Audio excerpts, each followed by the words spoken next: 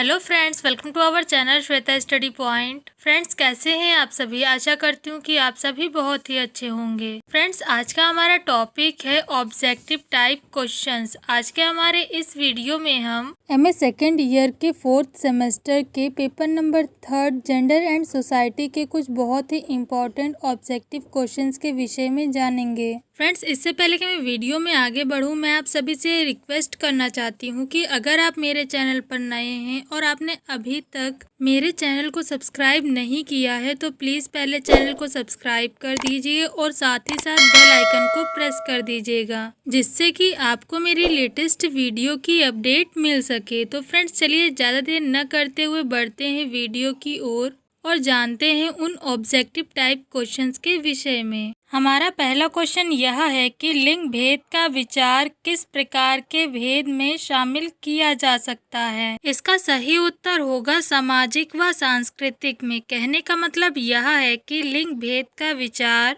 सामाजिक व सांस्कृतिक भेद में शामिल किया जा सकता है। हमारा अगला प्रश्न यह है कि यदि हमारे समाज में गरीबी पर विजय प्राप्त करनी है तो यहाँ से असमानता को हटाना होगा। हमारे देश में पितृसत्तात्मकता एवं रूढ़िवादिता होने के कारण महिलाओं के साथ प्रत्येक क्षेत्र में असमानता पूर्ण व्यवहार किया जाता है। यह कथन किसका है? तो इसका सही उत्तर होगा गुन्नार मिर्डल का। कहने का मतलब यह है कि यदि हमारे समाज में गरीबी पर विजय प्राप्त करनी है तो यहाँ से असमानता को हटाना होगा। हमारे देश में पितृसत्तात्मकता एवं रूढ़िवादिता होने के कारण महिलाओं के साथ प्रत्येक क्षेत्र में असमानता पूर्ण व्यवहार किया जाता है। यह कथन गुन्नार मिर्डल का है।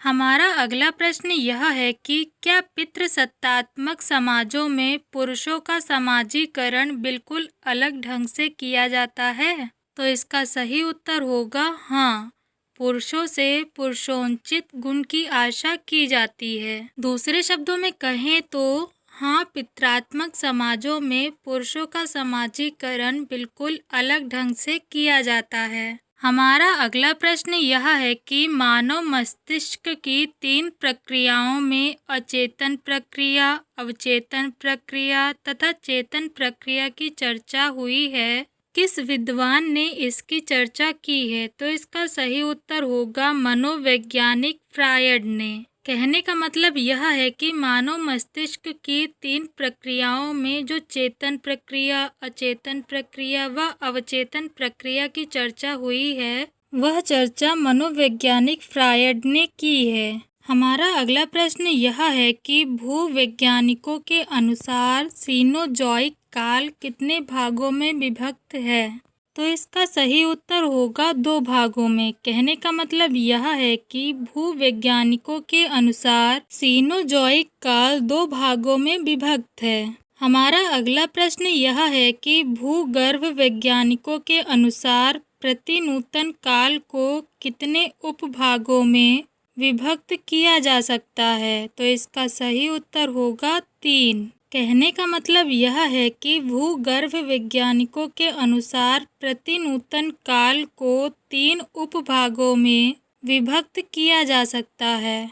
हमारा अगला प्रश्न यह है कि परिवार की उत्पत्ति के संबंध में सर्वप्रथम प्लेटो तथा अरस्तु ने सामान्य सिद्धांत को प्रस्तुत किया था। उनके विचार में परिवार का प्राथमिक स्वरूप कैसा था? तो इसका सही उत्तर होगा पितृसत्तात्मक। कहने का मतलब यह है कि परिवार की उत्पत्ति के संबंध में सबसे पहले प्लेटो तथा अरस्तु ने सामान्य सिद्धांत को प्रस्तुत किया था।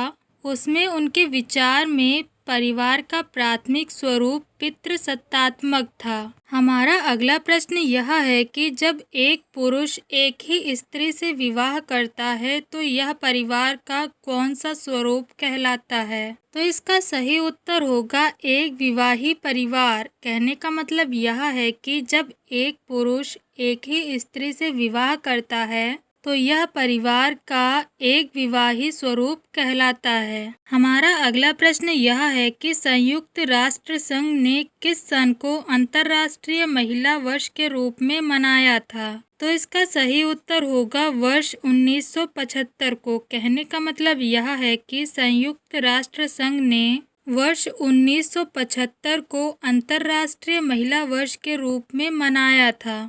हमारा अगला प्रश्न यह है कि संयुक्त राष्ट्र संघ ने किस दशक को अंतर्राष्ट्रीय महिला दशक के रूप में घोषित किया था? तो इसका सही उत्तर होगा 1975 से 1985 के दशक को।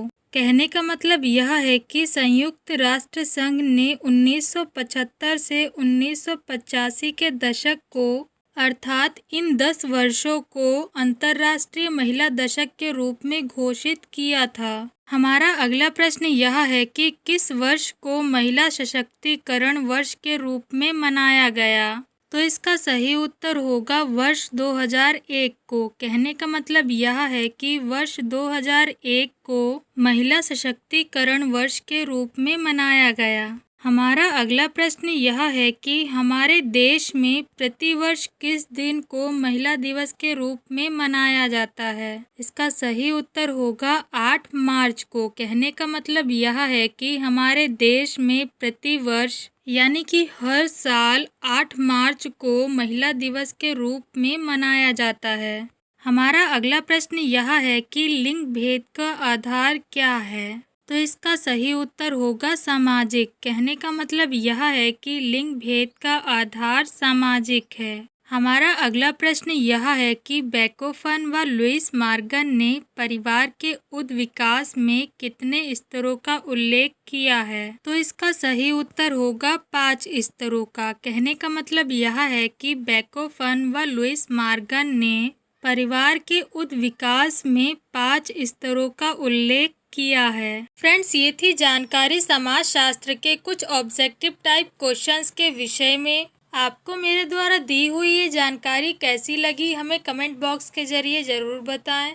फ्रेंड्स, आशा करती हूँ कि आपको मेरा ये वीडियो पसंद आया होगा। अगर आपको मेरा ये वीडियो पसंद आया हो तो वीडियो को लाइक और शेयर ज़रूर करें। वीडियो को लाइक और शेयर ज़रूर करें। चैनल को सब्सक्राइब करना ना भूलें और साथ ही साथ बेल आइकन को ज़रूर दबाएं, जिससे कि आपको मेरी लेटेस्ट वीडियो की अपडेट मिल सके।